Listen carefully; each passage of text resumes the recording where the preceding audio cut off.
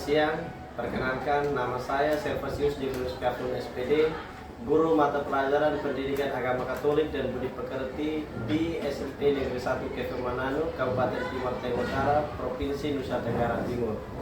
Saya adalah mahasiswa pendidikan profesi guru bagi guru tertentu dalam jabatan BID 4 tahun 2025, LPTK, Sekolah Tinggi Katolik Santo Yakobus Merauke, program studi pendidikan agama Katolik dengan nomor induk mahasiswa 25869052587 akan melakukan praktik pembelajaran di kelas 8D dengan materi pembelajaran kebangkitan Yesus. Selamat menyaksikan.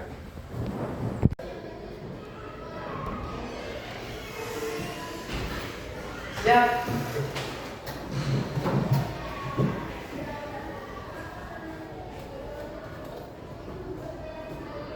Hormat. Selamat siang semua, silahkan duduk.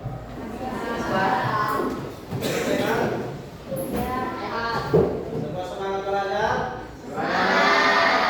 Oke, baik. Hari ini kita akan belajar agama Katolik tentang kebangkitan Yesus Kristus. Tapi sebelum kita mulai pelajaran, Pak akan absen ya? Tolong jawab jujur, yang sakit-sakit izin alfa tak alfa ya? Tidak baik.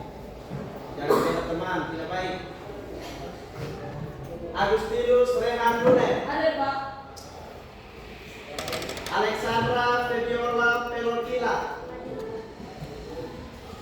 Andreas Firemra Eni Manake. Ada Pak. Maria Crescenseu Tameo. Ada Pak. Oke, baik.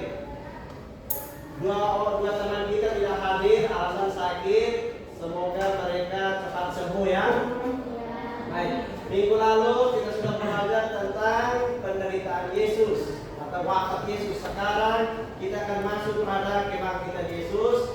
Tapi sebelum kita mulai pelajaran hari ini, kita awali dengan doa yang dipimpin oleh salah satu teman kita. Silakan. Ya, kita semua berdiri untuk menghadap Tuhan dalam doa. Guru dan teman-teman, marilah kita siapkan hati untuk menghadap Tuhan dalam doa. Marilah kita berdoa. Dan nama Bapa, Bapa dan Putra dan Roh Kudus. Amin. dan nama Bapa, Baik, terima kasih kepada teman-teman yang telah pimpin doa pada hari ini. Semua silakan duduk kembali. Pas. Baik. Semua sehat? Sehat. Siap belajar hari ini? Siap. Sebagai pengikut Kristus, untuk menerima firman atau kabar gembira, kita harus berada dalam keadaan siap dan senang. Karena kita adalah orang-orang terpilih. Oke, baik. Minggu lalu kita sudah belajar tentang penderitaan sampai sengsara wafat Yesus. Hari ini kita mulai tema yang kedua, yaitu kebangkitan Kristus. Baik, sebelum kita mulai pelajaran hari ini, saya ingin tahu, kira-kira menurut pemahaman kamu, mengapa Yesus Kristus harus bangkit dari kuburnya? Siapa yang bisa kasih jawaban untuk saya? Angkat tangan. Silakan. Untuk mengalahkan maut dan dosa. Tepuk tangan dulu. Baik, itu adalah pertanyaan pengantar untuk kita. Sebelum kita tahu kebangkitan Yesus itu seperti apa, kita harus tahu pertanyaan, kenapa Yesus harus bangkit? Jadi tujuannya sudah dijawab oleh teman kita bahwa Yesus bangkit dari kubur adalah untuk mengalahkan maut dan dosa. Karena sebelum Yesus bangkit, kita semua belum mengalami kebangkitan. Dengan kebangkitannya Yesus, akhirnya kita boleh memperoleh tempat yang layak di sisi Yesus. Oke, baik, kita lanjut. Baik, ini adalah gambar. Kira-kira kalau sudah lihat gambar ini? Baik, setelah lihat gambar ini ada pertanyaan yang harus dijawab, yaitu peristiwa apa yang terjadi dalam gambar tersebut. Baik, setelah lihat gambar ini, Saya ingin mengetahui kemampuan kita bahwa apa yang terjadi atau peristiwa apa yang tampak pada gambar tersebut. Silakan. Kubur yang kosong dan kain kafan. Kubur yang kosong dan kain kafan atau penampakan kebangkitan. Tepuk tangan untuk teman kita ini. Yang kedua, apa yang Anda lihat di dalam kubur ini?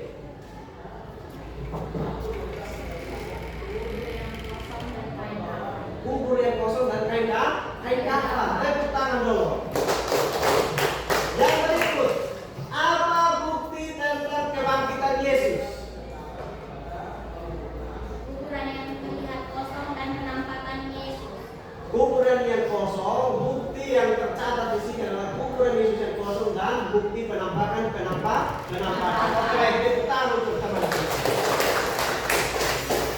Baik, dengan demikian kebangkitan Yesus merupakan salah satu puncak dari iman Katolik. Ingat itu baik-baik. Puncak dari iman Katolik adalah kebangkitan Yesus. Seandainya Yesus wafat dan tidak bangkit, maka runtuhlah iman Katolik. Betul tidak? Karena Yesus sendiri berpesan kepada kita atau dalam ajarannya kepada para rasul waktu itu dia berpesan bahwa dia akan merobohkan bait Allah dan akan membangun kembali dalam tempat 3 hari. Dan semua ahli-ahli Taurat dan para Farisi pada waktu itu tidak percaya. Mereka mengatakan bahwa tidak mungkin. Masa kami bangun saja butuh 30 ayat 46 tahun untuk bangun di gedung. Masa kau robohkan dan hanya bangun dalam 3 hari itu lucu sekali, betul tidak? Secara pemikiran manusia memang tidak masuk akal. Tapi yang Yesus maksudkan bukan bait Allah yang adalah bangunan, tetapi bait Allah yang adalah tubuhnya sendiri. Kebangkitan yang akan dijawab oleh teman kita bahwa tujuan dari kebangkitan adalah mengalahkan maut dan dosa. Marilah kita coba memahami makna kebangkitan dalam hidup kita sehari-hari. Baik, ada satu cerita di sini untuk menyaksikan kebangkitan dalam kehidupan kita sehari-hari. Ada satu cerita yang menginspirasi kita supaya kita bisa memahami arti kebangkitan yang terjadi di kehidupan kita sekarang. Kalau kebangkitan Yesus zaman dulu ada bangkit dari kubur dan kita tidak mungkin bangkit dari kubur. Dan ada satu kisah supaya kita lebih memahami bahwa kebangkitan sesungguhnya dalam konteks kita sekarang adalah seperti apa. Ayo kita baca sama-sama. Aku sangat malu sekali rasanya.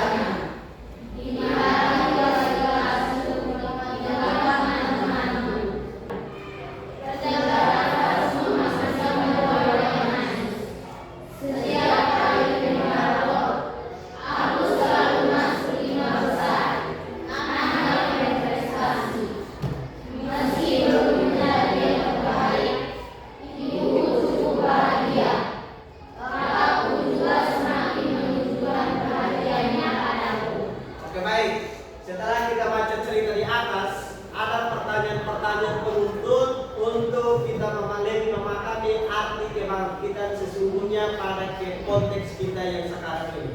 Kira-kira menurut kamu setelah dengar atau baca cerita di atas, tentang apa cerita itu? Menurut pemahaman kamu, tentang apa cerita itu? Ya, silakan. Catatan tentang penyesalan. Catatan tentang penyesalan. Jadi cerita di atas itu mengisahkan tentang sebuah kisah seseorang yang dulunya itu sungguh nakal. Nakalnya itu adalah memanipulasi tanda tangan orang tua. Dia pikir gurunya tidak mengetahui hal tersebut. Tapi lama-lama gurunya mulai mencurigakan. Dia diam-diam ketemu orang tuanya dan bersaksi, tanyakan kira-kira tanda tangan ini betul-betul orang tua yang tanda tangan atau dimanipulasi, dan ternyata betul kasih manipulasi. Wali kelas itu masih sempat panggil dia dan bertanya kira-kira ini betul tanda tangan orang tua atau tanda tanganmu sendiri, dan dia juga mati-matian bahwa bukan ini tanda tangan orang tua, bukan hasil manipulasi dia. Lalu wali kelas bilang, kalau seandainya engkau tidak berubah, kemungkinan, wali kelas langsung sampaikan, kemungkinan besar tahun ini engkau tidak naik kelas. Dan dia pun tidak tidak takut, tidak percaya bahwa hal itu tidak akan terjadi karena dia berpikir wali keras belum tahu kenyataannya. Dan tiba pembagian rapor seperti yang tadi diceritakan bahwa dia adalah satu-satu orang yang tidak naik kelas dari satu sekolah, bukan satu kelas, tapi satu sekolah, dia satu-satu orang. Saat itu baru dia mulai menyesali perbuatannya. Maka inti dari cerita ini atau cerita di atas ini adalah menceritakan tentang buku harian dan seseorang tentang menyesal. Mulai tentang untuk teman kita. Pertanyaan satu lagi. Makna apa yang kalian terima dari atau kamu dapat dari cerita di atas? Lihat teman di belakang. Belajar dari pengalaman. Tepuk tangan dulu. Kenapa harus belajar dari pengalaman? Karena dari kisah tadi bahwa setelah dia mengalami keruntuhan itu adalah diasingkan di rumah, di sekolah karena dia satu-satu orang yang tidak naik kelas. Sampai ibunya saja mau bicara dengan dia yang hanya seperlu saja. Coba kamu bayangkan. Di rumah, kamu papa, mama, kakak, adik, karena kau buat salah dan kau tidak mau bertobat, semua mau menikah hanya penting saja, misalkan mungkin jamaah kalau bilang mari makan, atau sudah yang penting salah hal yang lain yang tidak ada cerita. Kira-kira kau merasa terasing tidak? Menyesal tidak? Saat itu dia menyesal dan dia berjanji dalam diri sendiri mulai bertobat. Dia mulai belajar, kerja keras, dan mulai dari saat itu dia selalu masuk ketika terkembang performa selalu masuk dalam peringkat 5 besar. Meskipun belum yang terbaik, tetapi dia sudah membuktikan bahwa dia juga bisa seperti yang lain. Maka pesan yang kita dapat dari cerita ini adalah belajar dari penyesalan. Belajar dari penyesalan kami berubah setelah mengetahui kesalahan. Bukan sudah tahu bahwa itu salah pun tetap ulang lagi. Berarti bukan belajar dari penyesalan. Sudah? Dan yang terakhir pertanyaan satu lagi tentang menceritakan pengalaman, tapi tidak usah, kita lanjut. Kebangkitan, baik saya tekankan sekali lagi di sini. Dalam hidup Katolik, kebangkitan adalah sebuah konsep tentang kehidupan kedua setelah kematian dari seluruh makhluk yang ada dalam ajaran, itu baik dalam ajaran Yahudi, agama Kristen, baik Katolik maupun Protestan, dan agama Islam. Bahwa kebangkitan adalah kehidupan baru. Itu yang diyakini dalam ajaran Kristen. Bisa pula merujuk pada kehidupan, pada tiap-tiap individu atau kebangkitan secara umum seluruh umat manusia. Bisa pula semua manusia di dunia ini mau menganggap bahwa kebangkitan adalah kehidupan baru. Kalau menurut keyakinan Kristen bahwa kebangkitan adalah kehidupan baru. Baik, contoh dari kebangkitan pada zaman sekarang yang dari awal cerita, untuk kita memahami kebangkitan di konteks yang kita punya kehidupan sekarang ini adalah bangkit dari kemalasan. Misalkan selama di rumah sering malas, orang tua suruh melawan, malas belajar, malas kerja tugas, malas di sekolah. Setelah pelajaran ini mengetahui arti kebangkitan Kristus, kita harus berubah dari kemalasan menjadi rajin. Yang kedua, keleluasan. Ya selama ini buat apa sesuka hati, mulai sekarang harus mulai menertibkan diri, buat cakap diri. Saya bangun pagi harus apa, seperti sekarang kebiasaan 7 kebiasaan begini. Bangun pagi. Ini harus kebiasaan pertama itu bangun pagi. Berarti kita sudah mulai atur diri dari bangun pagi, kita buat apa sampai tidur kembali. Yang berikut, dan situasi jatuh atau terpuruk seperti yang tadi. Kita semua pasti punya kekurangan. Betul tidak? Tidak ada manusia yang terlahir sempurna. Tetapi kita semua diberi kesempatan untuk belajar dari pengalaman, belajar dari kesempatan yang sudah terjadi untuk berubah menjadi yang lebih baik. Setuju? Setuju. Kita lanjut. Ada beberapa makna yang kita dapat ketika kita belajar dari kebangkitan Yesus. Yang pertama, kebangkitan Yesus merupakan pembenaran dari Allah terhadap sabda dan karyanya, pembenaran terhadap perjuangan hidup Kristus. Jadi, kebangkitan Yesus untuk menjawab janji Allah. Kalau Yesus sudah pernah berjanji Kalau dia akan mengutus putranya untuk menebus dosa kita. Dosa kita ditebus sesudah Yesus mati. Seandainya Yesus wafat dan tidak bangkit kembali, dosa tetap tidak ditebus karena Yesus tidak mampu mengalahkan maut. Maka tadi di awal dikatakan bahwa kebangkitan Yesus merupakan puncak dari iman Katolik. Yang kedua, itu yang pertama, ada dua manfaat. Manfaat yang kedua, kebangkitan Yesus adalah permulaan dari cara kehidupan baru dan suatu kehidupan yang lebih baik. Jadi kebangkitan Yesus adalah cara kehidupan baru dan sesuatu hidup yang lebih baik. Artinya kalau kita sudah bersedia memberi diri untuk dibaptis untuk menjadi pengikut Kristus, kita harus membaharui diri. Hidup harus lebih baik.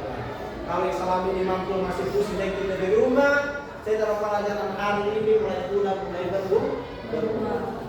Setelah kita tahu makna atau pesan-pesan atau makna dari kebangkitan Yesus, di situ kita akan buat kelompok, kita diskusi untuk lebih memperdalami makna-makna kebangkitan Yesus. Bagian A, pertanyaan untuk kelompok 1 bagian A. Pertanyaan untuk kelompok 2 bagian B, kelompok 3 bagian C. Saya beri kesempatan 10 menit untuk diskusi. Setelah kita diskusi akan ada presentasi. Sudah? Setelah kita diskusi akan ada presentasi. Waktu 10 menit saya berikan. Iya, diskusi dan cari jawabannya di sini ya. Silakan kerja kelompok. Tulis jawaban. Nanti saya tulis surat dari situ.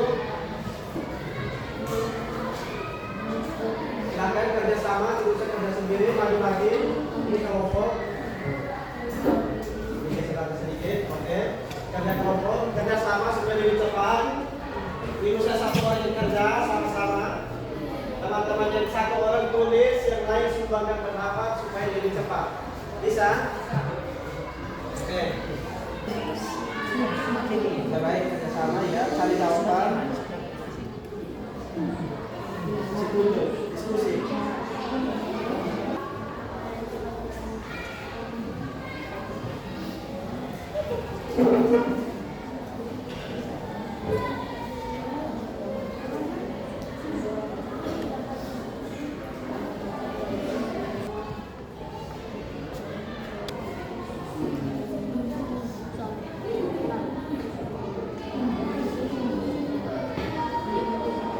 Baik, kita yang lain fokus ya teman-teman kalau bersama presentasi. Sini.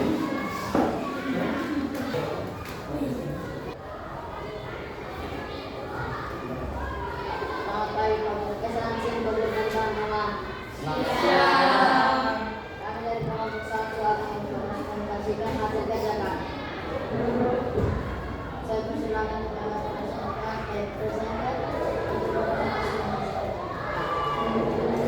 Yang pertama dari bacaan dari ayat 1-10. Jawabannya melainkan berkata kepada Maria Magdalena dan Maria yang lainnya, janganlah kamu takut, sebab aku tahu kamu mencari Yesus yang disalib itu. Ia tidak ada di sini, sebab ia telah bangkit, sama seperti yang telah dikatakan. Yang nomor 2, Yohanes 20 ayat 24 sampai 29. Kemudian ia berkata kepada Thomas, taruhlah jarimu di sini dan lihatlah tanganku, ulurkanlah tanganku dan cucurkan ke dalam lambungku, dan janganlah engkau percaya lagi, melainkan percaya.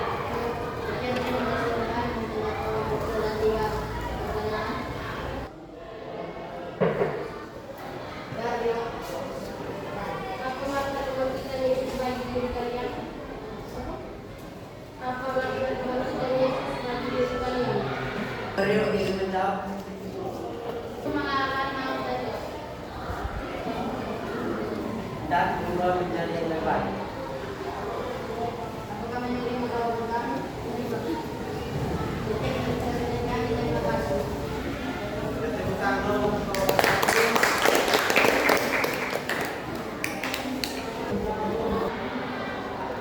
baik.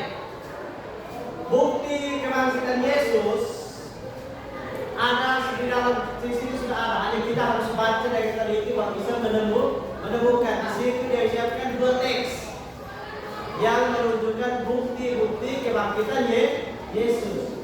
Dalam kitab suci tidak mengatakan bahwa Yesus bangkit, tetapi di kitab suci yang bisa menjelaskan kepada kita bukti-bukti yang meyakinkan kita bahwa Yesus itu sungguh bangkit. Bahwa bukti-bukti tentang kebangkitan Yesus dapat kita ketahui melalui berbagai kesaksian dari para murid Yesus, antara lain batu penutup makam Yesus sudah terguling dan makam Yesus sudah kosong. Itu cerita kitab suci yang menjelaskan atau memberikan bukti bahwa Yesus sungguh bangkit. Karena ketika para rasul pergi ke kubur Yesus sudah kosong dan batu penutupnya sudah tidak ada. Yang kedua, pernyataan malaikat yang mengatakan bahwa Yesus sudah bangkit dan mendahului para muridnya ke Galilea. Itu di Markus. Di Markus sudah ada. Yang berikut, Yesus menampakkan diri di jalan Emmaus. Jalan Emmaus, para rasul berkumpul mau pergi ke kubur Yesus, itu dikatakan Emmaus. Nah, dalam perjalanan itu mereka menemukan Yesus. Jadi itu salah satu bukti yang menunjukkan bahwa Yesus sungguh bangkit. Yang berikut, Yesus menampakkan diri kepada Thomas. Thomas adalah salah satu murid yang tidak percaya. Para rasul mengatakan bahwa Yesus sudah bangkit. Thomas bilang, saya tidak percaya orang mati hidup kembali. Dia bilang, selagi saya mau mencucurkan jari saya ke dalam lubang lambung Yesus, saya tidak akan percaya. Saat ketiga Yesus menampakkan diri di atas tanah, Yesus bilang, Thomas, mari keluarkan jarimu untuk mencucurkan dalam lubang. Dia tersungkur berlutut dan mengatakan apa? Ya Tuhanku dan Allahku, aku mulai percaya. Dan zaman sekarang kita semua hampir menjadi pengikut Thomas, karena kita semua hampir meragukan kebenaran. Betul tidak? Betul. Bahkan kebenaran pun bisa dimanipulasi. Contoh seperti buat habis masalah atau beribu di kelas, guru tanya siapa beribu, saya tidak. Betul tidak? Betul. Buat masalah habis tidak mau mengakui kesalahan. Itu adalah pengikut Petrus. Waktu Yesus diadili di Imam Agung, karena di wilayah Asia itu dingin, jadi sementara mereka yang menunggu di luar terlalu dingin, mereka panen api. Perempuan saatnya Yesus Petrus menyangka Yesus itu bukan di laki-laki yang karena pengaruh, bukan di prajurit, tapi di perempuan. Mereka panen api lagi di perempuan saat. Saya lihat mereka bersama-sama dengan Yesus. Ada salah satu pengikut mereka, pengikut dia. Saya tidak tahu dia salah orang. Itu perempuan yang tegur. Sementara di kisah cerita kitab suci, Petrus itu yang kita kaget, dia gagal perkasa, betul tidak? Yang kita kenal Petrus di cerita-cerita kitab suci, bajikan Petrus. Dari sebelum para rasul yang bajikan Petrus. Tapi dia malah menangkal Yesus di hadapan perempuan. Bukan laki-laki yang bukan di prajurit di sekitar pegang bukan lewat. Ini perempuan di sekitar pakai api kalau dia bilang itu juga salah satu bukan itu pasti salah orang. Sudah tahu? Baik, kita lanjut. Kematian Yesus, dengar.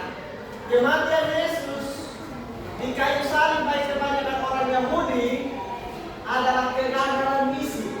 Apalagi salibnya ditulis Imri itu sesungguhnya adalah penghinaan orang Israel atau orang Yahudi kepada Yesus yang mengakui dirinya sebagai Tuhan, sebagai Allah.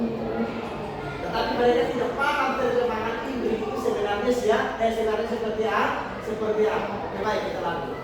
Seluruh karyanya seolah-olah musnah seiring dengan kematiannya. Namun dengan kebangkitannya Yesus mengembalikan semua pendapat orang Yahudi. Ketika Yesus bangkit, semua itu menjadi terdiam. Bahkan para prajurit saja, orang Yahudi itu bayar supaya ahli Taurat dan ahli Farisi, bayar para penjaga kubur Yesus itu supaya bersaksi bahwa ketika mereka tidur terlelap, para rasul Yesus akan mencuri apa Yesus. Itu dimanipulasi. Tetapi ayat-ayat kitab suci itu yang meyakini bahwa Yesus sungguh bangkit. Maka kitab suci tidak mengatakan bahwa Yesus bangkit, tapi kitab suci memberikan bukti-bukti untuk meyakinkan kita bahwa Yesus sungguh bangkit seperti yang dia sabdakan sebelum dia wafat. Oke, baik. Yang kedua, kebangkitan Yesus memberi harapan baru bagi umat manusia bahwa setelah kematian dunia ini ada harapan kehidupan yang lebih baik. Bahwa kehidupan itu hanya sementara. Kehidupan yang kekal ada di surga, tapi tergantung kita. Perbuatan kita selama hidup di dunia yang lebih baik atau tidak. Kita sendiri yang menentukan nanti mati masuk surga atau mati masuk neraka. Harapan itu ada di dalam diri kita masing-masing. Yang kedua, yang ketiga, kitab suci menunjukkan suatu tanda yang diyakini sebagai bukti kebangkitan Yesus, yaitu batu penutup sudah terbuka dan kosong yang tadi saya sudah jelaskan. Makna dari kebangkitan Yesus ada dua makna di sini, yaitu kebangkitan Yesus merupakan pemenuhan janji keselamatan Allah yang tadi saya sudah jelaskan. Kalau seandainya Yesus tidak bangkit kembali, maka maut tetap menang. Maut Adam kalah dengan maut. Manusia pertama yang jatuh ke dalam dosa adalah Adam, dan manusia pertama yang mengalahkan maut adalah Yesus. Perempuan pertama yang jatuh ke dalam dosa adalah Hawa, dan perempuan pertama yang mengalahkan dosa adalah Maria. Itu harus kan. Yang berikut, sebagai murid Kristus kita diajak untuk mewujudkan semangat kebangkitan dalam hidup sehari-hari melalui perbuatan yang tadi saya sudah jelaskan di cerita tadi. Kalau manusia tidak bertobat atau manusia tidak menyesali perbuatannya, dia bukan orang beriman. Sudah? Atau bukan pengikut Kristus yang buat syarat yang hari ketika terus dan tidak pernah bertobat, berarti dia sesungguhnya bukan pengikut Kristus. Dan dia sesungguhnya bukan orang Kristen. Orang Kristiani salah itu wajar, tetapi harus berubah dan bertobat. Natal artinya perubahan. Kita sudah rayakan Natal habis, maka kita harus berubah. Setelah penjelasan ini, ada pertanyaan tentang penjelasan hari ini? Memahami maksud dari penjelasan hari ini? Bisa berubah? Bisa. Kita harus sungguh menghayati pengajaran atau iman dari Yesus Kristus. Baik. Kalau tidak ada pertanyaan, maka pertemuan kita hari ini cukup sampai di sini. Sebelum pulang ada satu tugas.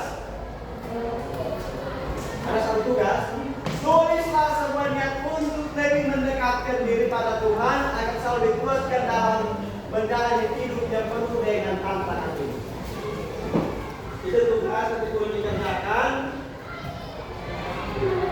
Minggu depan dibuktikannya.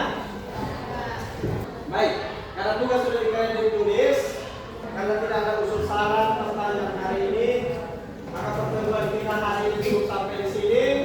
Saya minta pulang dari kesehatan, belajar supaya apa yang sudah dipelajari hari ini bisa bermanfaat dalam kehidupan dan kita juga membawa kebaikan di lingkungan kita sehari-hari.